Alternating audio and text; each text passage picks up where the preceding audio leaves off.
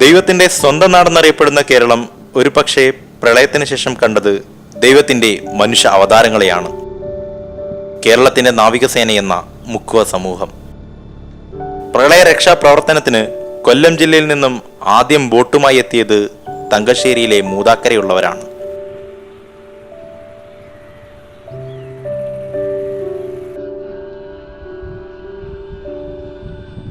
തങ്കശ്ശേരി വാടി മുതൽ പള്ളിത്തോട്ടം വരെ നീളുന്ന 800ഓളം കുടുംബ സമൂഹമാണ് മൂതാക്കര. തങ്കശ്ശേരി കടപ്പുറത്ത് കശുവണ്ടിയുടെയും തടിയുടെയും വാണിജ്യത്തിനായി നൂറ്റാണ്ടുകൾക്ക് മുമ്പ് തൂത്തുക്കുടിയിൽ നിന്നും കടൽമാർഗം എത്തിയവരാണ് ഇന്നത്തെ മൂതാക്കരക്കാർ. തമിഴ് വേരുകൾ മാഞ്ഞുപോയെങ്കിലും അവരുടെ ഭാഷാശൈലിയും ജീവിത രീതിയും ഇന്നും പാരമ്പര്യം വിളിച്ചു പറയുന്നു.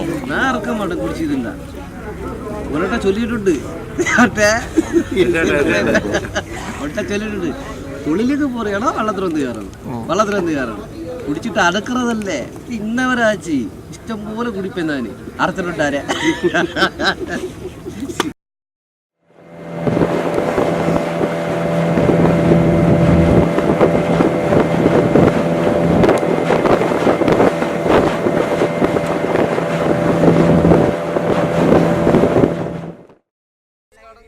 പോസ്റ്റ് കാർഡിനെ കാണില്ല. ഇവിടെ ഞങ്ങളും പോസ്റ്റ് കാർഡാണ്. ഞങ്ങളും പോസ്റ്റ് കാർഡാണ്. അതിങ്ങനത്തെ ഇല്ല നോക്കിയേ, ഞങ്ങളും പോസ്റ്റ് കാർഡാണ് ഇവിടുത്തെ. ഇത് അവര് ഇവിടെ ഈ ഹാർബറിൽ അവിടെ പോസ്റ്റ് കാർഡ് കിടക്കുന്നില്ലേ, കാണിച്ചാലാ ഞങ്ങളുടെ അടുത്ത് പോസ്റ്റ് കാർഡ് സംസാരിക്കണം. വേണ്ട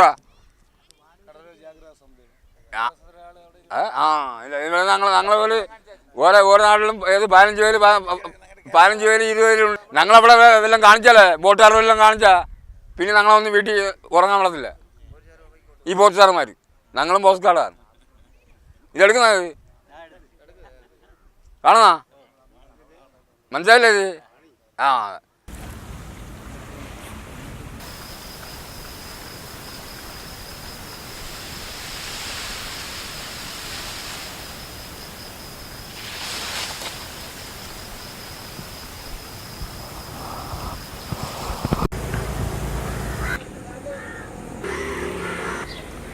തീരങ്ങളുടെ തിരക്കൊഴിഞ്ഞ ശാന്തമായ നഗരവീഥികളും സാക്ഷിയാക്കി പുലർച്ചെ 3 മണിക്ക് തന്നെ അവർ അവരുടെ ജീവിതചര്യ ആരംഭിക്കുന്നു.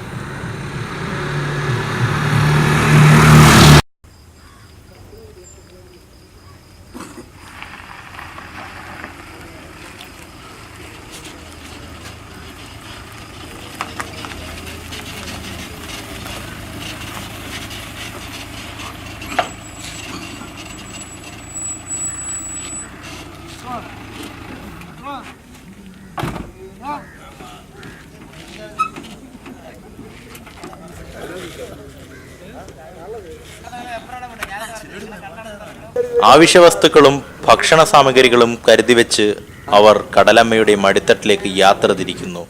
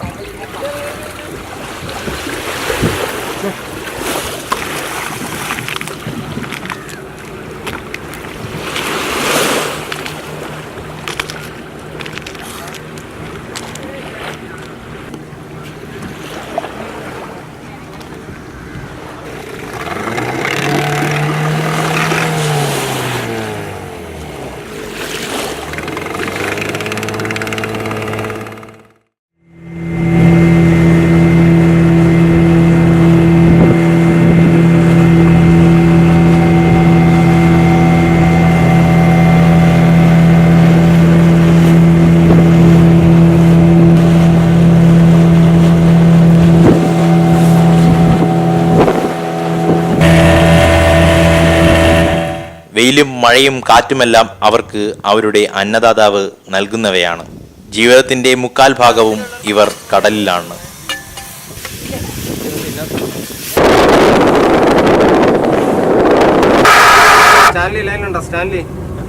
വയർലെസ് GPS എന്നിവയാണ് ഉൾക്കടലിൽ ഇവരുടെ ആശയവിനിമയ സംവിധാനങ്ങൾ. പ്രവചിക്കാൻ കഴിയാത്ത കാലാവസ്ഥയും പ്രകൃതിയുടെ മാറ്റങ്ങളും ഇവരുടെ പാരമ്പര്യമായ രീതിക്ക് ഭീഷണിയാകുന്നു. ഒരു സംഘം 2 ബോട്ടിലായാണ് മത്സ്യബന്ധനത്തിന് പോകുന്നത്. ഒരു ബോട്ടിൽ 4 മുതൽ 7 പേർ ഉണ്ടാകും.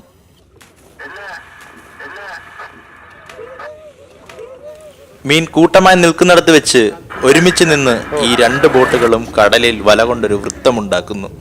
ജൂൺ മാസത്തോടെ ആരംഭിക്കുന്ന മടിപ്പണി ഇവരുടെ ഏറ്റവും ലളിതമായ കടൽ തൊഴിലാണ്. കരയോടടുത്ത് കിടക്കുന്ന ആഴക്കടലിലാണ് അവർ മടിപ്പിടുത്തം നടത്തുന്നത്. പിന്നെയുള്ളത് കായികക്ഷമതയുടെയും അധ്വാനത്തിന്റെയും വീർപ്പിന്റെയും ഏറ്റുമുട്ടലാണ്.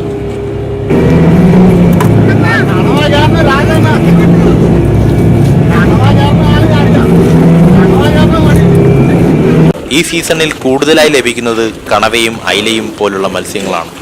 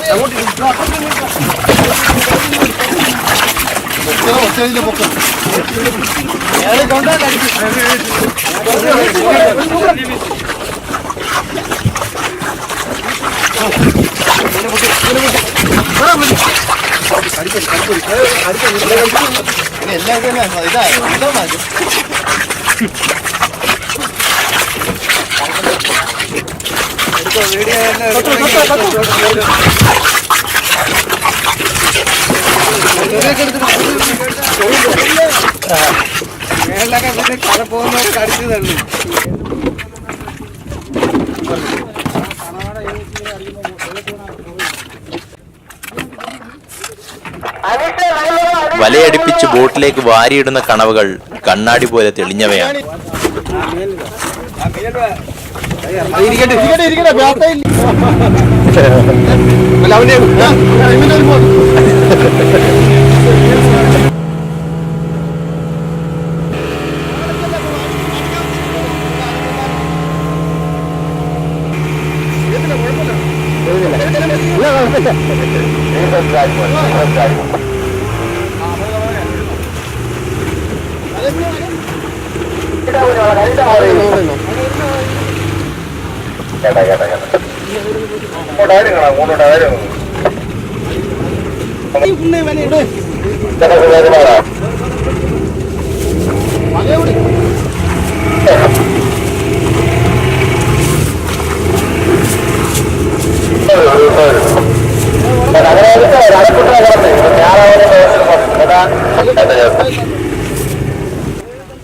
ഒരിടത്തു നിന്നും ലഭിച്ച മത്സ്യങ്ങളുമായി വീണ്ടും അവർ വലയിട്ട് നീങ്ങുന്നു അടുത്ത ലക്ഷ്യസ്ഥാനത്തേക്ക്.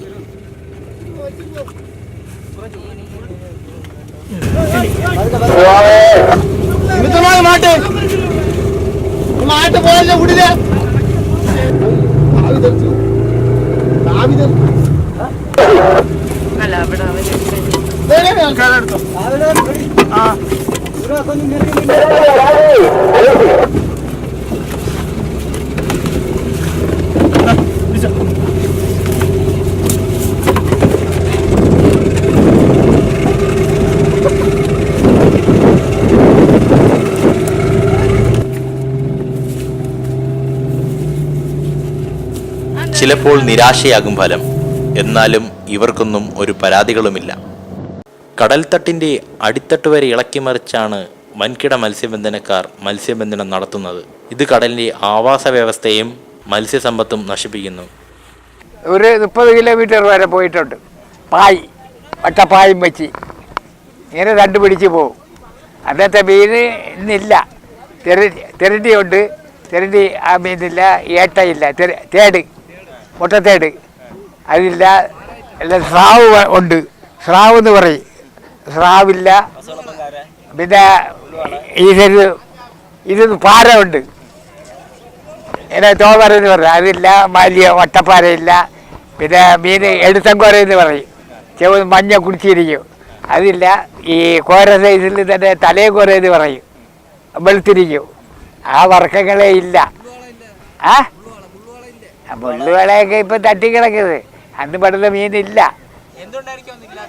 ഈ ചന്ദ്രകൾ വന്ന് ബോട്ടുകാരുടെ ചന്ദ്രകൾ ചേറല്ലേ രാവും പാലും 24 മണിക്കൂർ അവിടെ ഒരു ഒഴിവില്ല. കൃഷി ചെയ്ത പോലെ ഇങ്ങനെ ഇളക്കിക്കൊണ്ടേ പോകുന്നത് രാവും പകലും. പകലിൽ ചെയ്താലും നൈറ്റിൽ വേണ്ടാന്ന് പോയി. ആ നൈറ്റിൽ ഇങ്ങനെ കോരി വരുമ്പോൾ അതെല്ലാം നശിച്ചു പോകുന്നത്. അങ്ങനെ വരും തലമുറയ്ക്ക് കടലിൻ്റെ സംസ്കാരം പകർന്നു നൽകാൻ ഇന്ന് ഇപ്പോഴത്തെ തലമുറയ്ക്ക് താല്പര്യമില്ല. മറിച്ച് നല്ല വിദ്യാഭ്യാസവും നല്ല അച്ചടക്കവും നൽകി വളർത്തണമെന്നും നല്ല സാമ്പത്തിക ചുറ്റുപാടിൽ വളരണമെന്നും ആഗ്രഹിക്കുന്നവരാണ്. മക്കളെ തങ്ങളുടെ പാതയിൽ പിന്തുടരാൻ അവർ അനുവദിക്കുന്നില്ല. മാറ്റം അനിവാര്യമാണ്. എന്നാൽ പാരമ്പര്യം മറന്ന് സ്വന്തം ജീവിതം മെച്ചപ്പെടുത്താൻ ഇവരെ പോലെയുള്ളവർ ആശിക്കുന്നുവെങ്കിൽ അവർ അത്രമാത്രം കഷ്ടത അനുഭവിക്കുന്നു. തൊഴിൽ സംബന്ധിച്ച് നോക്കുമ്പോൾ ആശങ്കയാണ്. ഓരോ ദിവസം കഴിയുന്നതോറും ആശങ്കയാണ്. മറ്റുള്ള ഒരു 10-25 വർഷങ്ങൾക്ക് മുൻപേ വിദ്യാഭ്യാസമായിട്ടൊന്നും വളരെ പിന്നോക്കം നിൽക്കുന്നതാണ്. പക്ഷേ ഈ തലമുറ, ഏതാണ്ട് ഒരു 10 വർഷത്തെ തലമുറ മക്കളെ ഈ മേഖലയിൽ നിന്ന് മറ്റൊരു മേഖലയിലേക്ക് ശരിക്കും വിദ്യാഭ്യാസം കൊടുക്കണമെന്നൊക്കെ ആഗ്രഹിച്ചു നന്നായിട്ട് ജീവിക്കാൻ. അപ്പോൾ ആ ജീവിതം കെട്ടിപ്പടുത്തുന്ന സാഹചര്യങ്ങളിൽ നമ്മൾ തൊഴിലിന് പോകുമ്പോൾ തന്നെ പലപ്പോഴും കൊണ്ടുവരുന്ന മത്സ്യങ്ങൾക്ക് വില ലഭിക്കുന്നില്ല. വില ലഭിക്കാത്ത കാര്യം എന്ന് പറഞ്ഞാൽ അത് മറ്റൊരു വിഷയത്തിൽ ഞാൻ കിടക്കുക. മറ്റൊന്ന് എണ്ണയുടെ ദൗർലഭ്യം. നമുക്ക് എണ്ണ എന്ന് പറഞ്ഞാൽ പോയി അവിടെ പോയി വെള്ളം വാങ്ങിക്കുന്ന കണക്ക് വാങ്ങിക്കാൻ കഴിയില്ല. അതൊരു പ്രോഡക്റ്റാണല്ലോ. അത് പിന്നെ കേന്ദ്ര സർക്കാർ നമുക്ക് അലോട്ട് ചെയ്യുന്നതാണ്.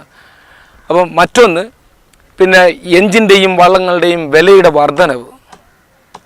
നിത്യോപയോഗ സാധനങ്ങളുടെ വില വർധന ഉണ്ടാകുന്നത് പോലെ തന്നെയാണ് ഈ മേഖലയിൽ വർധന. എങ്കിൽ ആ വില വർധനയ്ക്കനുസരിച്ച് നമ്മുടെ തേയ്മാനത്തിനനുസരിച്ച് ഞങ്ങൾക്ക് തൊഴിലെടുത്താൽ അതിനുള്ള നേട്ടം ലഭിക്കുന്നില്ല.